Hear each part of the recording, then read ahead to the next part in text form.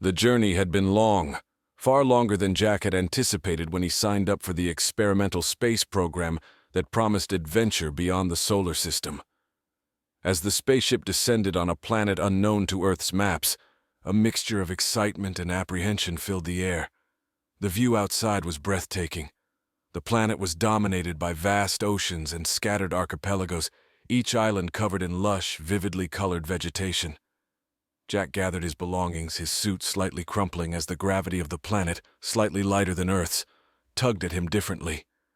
The ship landed smoothly on a flat expanse beside a shimmering blue ocean. As the hatch opened, a rush of warm, fragrant air greeted him, carrying the scent of alien flora. Stepping out onto the alien soil, Jack looked around in awe. The sky was a cascade of colors he had never seen back home, streaks of lavender and peach blending seamlessly into each other. He was so engrossed in the view that he barely noticed the figures approaching from the tree line. They were unlike any beings Jack had ever seen or imagined.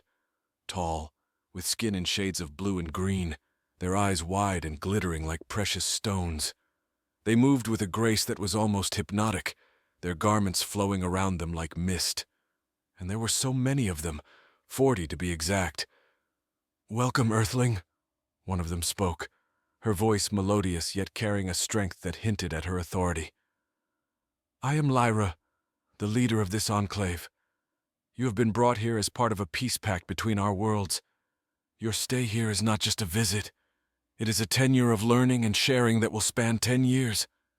Jack's mind reeled. 10 years? The agreement had been vague on durations and specifics, but 10 years was more than a brief exploration. It was a significant chunk of his life. Lyra continued, "During your time here, you will live among us, learn our ways, and in return teach us about your world. This exchange is crucial for the peace and future cooperation between our planets." Jack took a deep breath, trying to process the reality of his situation. Around him, the other alien women watched with curious eyes, their expressions unreadable. They were beautiful, yes, but also utterly alien and intimidating in their regal bearing. "Let's begin by introducing you to everyone," Lyra said, gesturing to the group. One by one, the alien women introduced themselves, each name as unique and exotic as the last: Talia, Mira, Vina, and so on. They were scholars, scientists, artists, and more, each chosen to interact with Jack due to their expertise and temperaments. As the sun began to set, casting the sky in shades of deep purple and gold, Jack followed Lyra to what would be his new home, a structure built seamlessly into the environment, its walls made of a smooth, glass-like material that offered views of the surrounding nature. "This is where you will live," Lyra explained as they entered the luminous abode. "You will find it equipped with necessities and comforts. We respect your human needs and have prepared accordingly." That night, as Jack lay in a bed far softer than any he had known, his mind raced with thoughts of the decade ahead. What would he learn? How would he change? The weight of his new life pressed down upon him, but so did a burgeoning sense of wonder. Out there, under an alien sky, surrounded by 40 brilliant and mysterious women, anything seemed possible. The days began to blend into each other as Jack settled into his new life among the aliens. Each morning he would wake to the sounds of the alien birds, their cries strangely musical, echoing through the crystalline walls of his abode. His routine was punctuated by lessons and explorations, all guided by the alien women who were as diverse in their knowledge as they were in their appearances.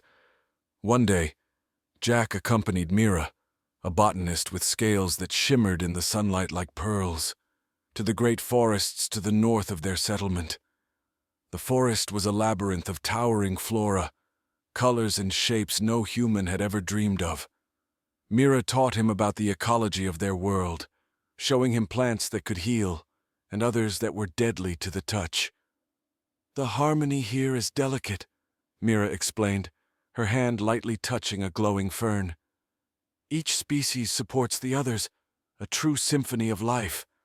Their days were not solely filled with scientific discovery. Vina, an artist whose eyes sparkled with the hues of the ocean, introduced Jack to the local art forms. They painted with light, literal light, captured and manipulated into forms and colors that danced in the air. Vina's creations were mesmerizing, scenes of their planet's history and dreams for the future. "What you see is our soul, our essence," Vina murmured as her fingers traced patterns that hung in the air like stardust. As weeks turned into months, Jack's initial homesickness faded into a deep fascination with this alien culture. He shared stories of Earth, its wars, its wonders, and its woes, often finding the alien women gathered around him, their expressions a mixture of horror, fascination, and compassion. One evening, as the twin suns dipped below the horizon, casting elongated shadows over the land, Lyra approached him. They walked along the shore of a glittering sea, the water reflecting the stars beginning to pepper the sky. "Your stories of Earth, it is a place of much conflict, yet also much beauty," Lyra said, her voice thoughtful. "We hope that by understanding each other, we can avoid the pitfalls your world has faced." Jack nodded, his thoughts heavy. "I believe we can learn a lot from each other. Your world is so connected, so aware of the life around it. We've lost much of that on Earth." Lyra stopped, turning to face him, her eyes glowing softly in the dim light. "Then let this be a beginning, Jack. Not just for peace, but for a greater understanding, a shared vision." They stood in silence, watching the waves roll in, each filled with the hope that this exchange would forge a path not just for themselves, but for their worlds. As the night deepened, they returned to the settlement, their path lit by bioluminescent plants and the gentle light of the stars above. Jack felt a change within him, a shifting of perspectives and priorities.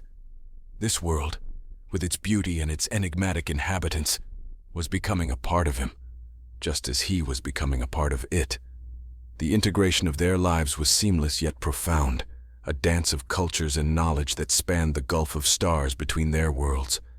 As Jack lay down that night, he realized that the stories he would tell upon his return to Earth would be unlike any ever heard before. But for now, he was content to live those stories, each day a new page in a saga of cosmic proportions. Jack's understanding of the alien world deepened, his days enriched by the complex tapestry of its cultures and sciences. Yet it wasn't just the alien flora and intricate art that captivated him. It was the technology seamlessly integrated into every aspect of life that truly astounded him. Talia, a physicist with eyes like the nebulae, introduced him to the core of the technological marvels. Under a dome of translucent material, Talia showed him a device that manipulated gravitational fields. "We can adjust the gravity in any given area," she explained. "It helps us in various tasks, from construction to enhancing the growth of certain plants." Jack watched, fascinated, as objects floated gently up, only to settle back down as if caressed by invisible hands. He couldn't help but compare it to the clunky, forceful technology of Earth, where interaction with nature often meant alteration or destruction. The technology also extended to their social structures. Communication was not merely verbal, but enhanced through devices that conveyed emotions and thoughts directly. During a community gathering, Jack experienced this firsthand. Lyra handed him a small, delicate earpiece, and as he fitted it snugly, the murmur of voices became clear, layered with undercurrents of feelings, a symphony of community thoughts. "This helps us understand not just the words, but the intentions behind them," Lyra noted, observing Jack's reaction. "Misunderstandings are rare here because of this." As the seasons changed on the alien planet, so did the colors of the skies and the textures of the land. Jack documented these changes, sending detailed reports back to Earth, his words unable to fully capture the magic of the phenomena he witnessed. One afternoon, while walking through a field of bioluminescent flowers with Mira, Jack discussed his observations. "Your world, it's like a living being, aware and responsive." Mira smiled, her face illuminated by the gentle glow of the flowers. "It is alive in a way. We live in symbiosis with it, nurturing each other." The concept of symbiosis stayed with Jack as he participated in a planting ceremony, where he learned that the plants were not merely grown for food or beauty, but played integral roles in the planet's ecosystem, each species engineered to support the planetary health. Months melded into years, And Jack, once an outsider, found himself becoming an integral part of the community. The knowledge he acquired was vast, but the emotional bonds he formed with the inhabitants were profound. He learned their joys and their sorrows, their hopes for the future, and their fears of the past. During a particularly reflective evening, as he sat watching a meteor shower with several of the women, Jack felt a peace he had not known before. The meteors streaked across the sky, their fiery trails a reminder of the universe's vastness and its endless possibilities. "Each meteor could be a harbinger of change," Lyra remarked, her gaze fixed on the heavens. Jack nodded, his thoughts drifting to Earth. "And each could be a story, a chance to see the world differently." As he looked around at the faces bathed in starlight, he realized how much he had changed. No longer merely an observer, he was now a participant in this alien culture, woven into the fabric of their world, his previous life on Earth a distant echo. Yet, he knew that Echo would one day call him back, to share what he had learned, to perhaps change his own world as much as this one had changed him. Life on the alien planet continued to reveal its layers to Jack, each day a new discovery, a new challenge to his understanding of life and technology. As he grew more accustomed to their ways, he also began to notice the subtle dynamics within the community. There was a depth to their interactions, influenced by centuries of history and culture that he had only begun to scratch the surface of. One morning, Vina took Jack to a part of the island he had not yet explored, where the ruins of an ancient city lay hidden beneath overgrowth. The remnants of structures were entwined with the roots of massive trees, and the air was thick with the musk of decay and growth intertwined. "These were the first settlements," Vina explained, her voice hushed in reverence. "Our ancestors built them, but they learned hard lessons about balance and sustainability." Jack touched the cool stone, feeling the echoes of a distant past. The ruins were a humbling reminder of civilization's fragility, its rise and inevitable fall. He realized that the alien society had evolved from these lessons into the harmonious existence they now enjoyed. The deeper integration into their society brought Jack into contact with their planetary council, a group of elders who governed with a blend of wisdom and advanced technology. He was invited to attend a council meeting, an honor rarely bestowed upon outsiders. The chamber was a dome of light and sound, where members communicated through a network of thought exchange, their ideas manifesting as visual data in the air above them. During the meeting, Jack was asked to share his insights about Earth's history, particularly the environmental and social challenges he had witnessed. The council listened intently, their faces illuminated by the data streams of his narrative. "We seek to understand the errors of other worlds to avoid repeating them," one elder spoke, her voice resonant in the chamber. "Your experience is invaluable to us." This exchange wasn't just about sharing knowledge. It was about building a bridge between two vastly different cultures. Jack found himself deeply involved in discussions about potential collaborative projects, including environmental restoration initiatives and interstellar communication systems. Amidst these engagements, Jack's relationship with the alien women deepened.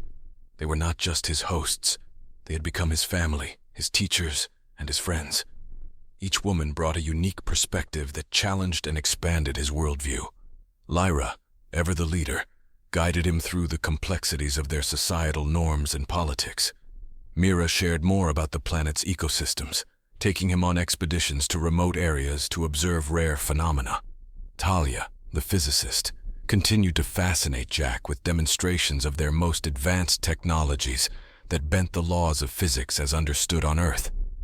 One evening, as the sky turned a deep shade of twilight, Jack and the group of women he had grown closest to sat around a fire, sharing stories of the stars. Each star, they believed, was the eye of an ancestor, watching over them, guiding them. "As we share our stories with you, they become part of the legacy we weave together," Talia said, her gaze reflecting the firelight.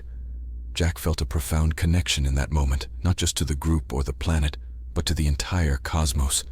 He was a long way from Earth, yet he had found a second home here, among beings so different yet so similar in their dreams and aspirations.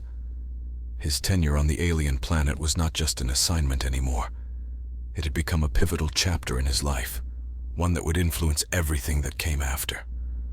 The lessons learned here about balance, technology, and empathy would be carried with him, embedded in his spirit like the stars embedded in the night sky. The relationships and bonds Jack had formed on the alien planet were tested one day when a crisis unfolded. A distant part of the planet suffered a rare geological disruption, a kind of seismic activity that hadn't been observed in centuries. This event caused a critical disturbance in one of the major ecological reserves, affecting both the flora and fauna there.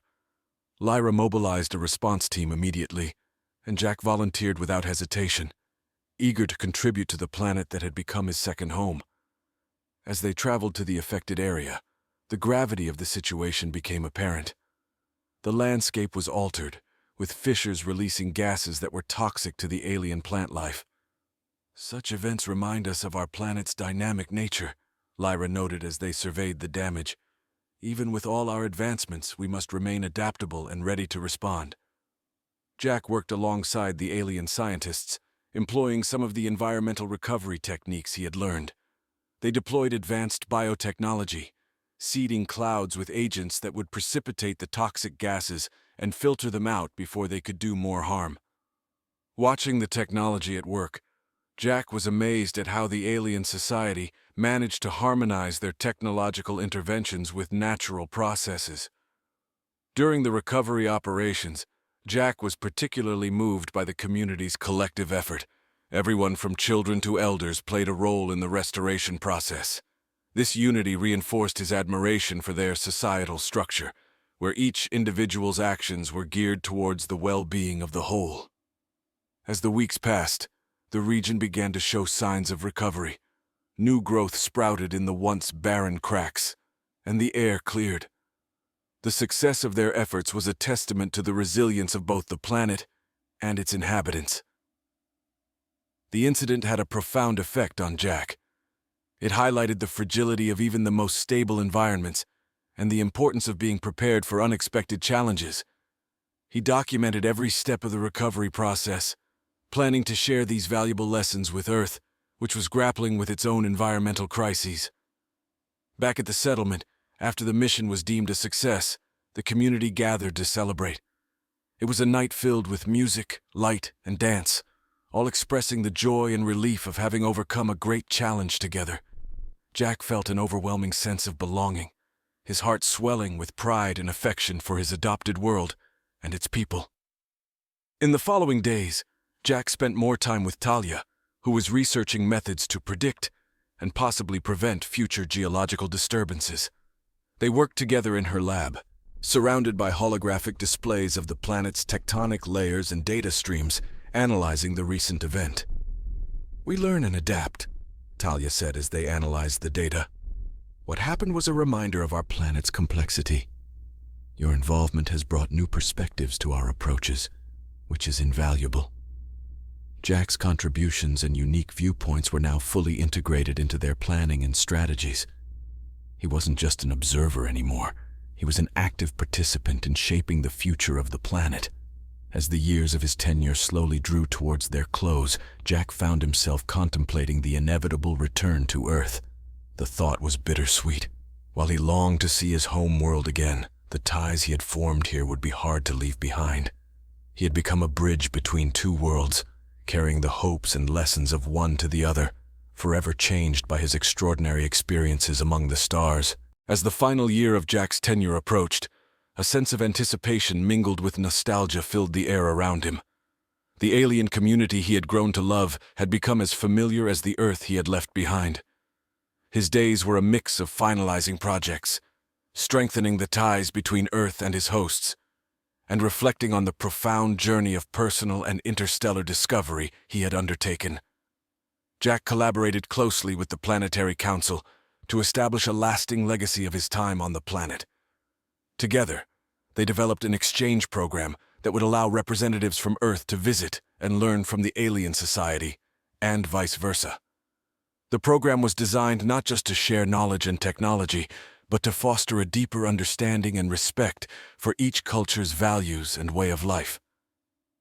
In his final months, Jack took a tour of the islands with Lyra, visiting the places that had been pivotal in his adaptation and learning.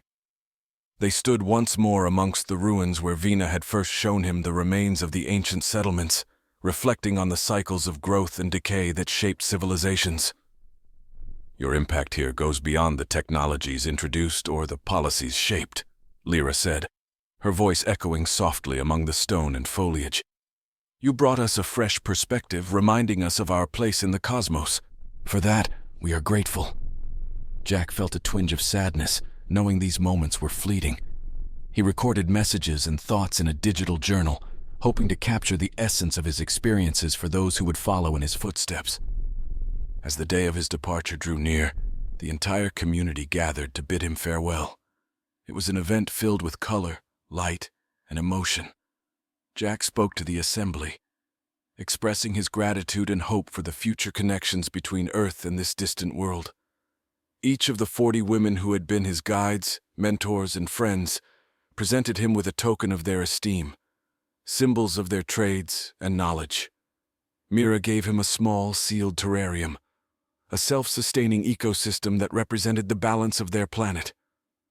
"So you may always remember our life here," she said, her voice thick with emotion. Vina gifted him a holographic canvas that displayed an evolving piece of art, a visual symphony of their time together. "To remind you of the beauty that unity and diversity holds," she explained, her eyes bright.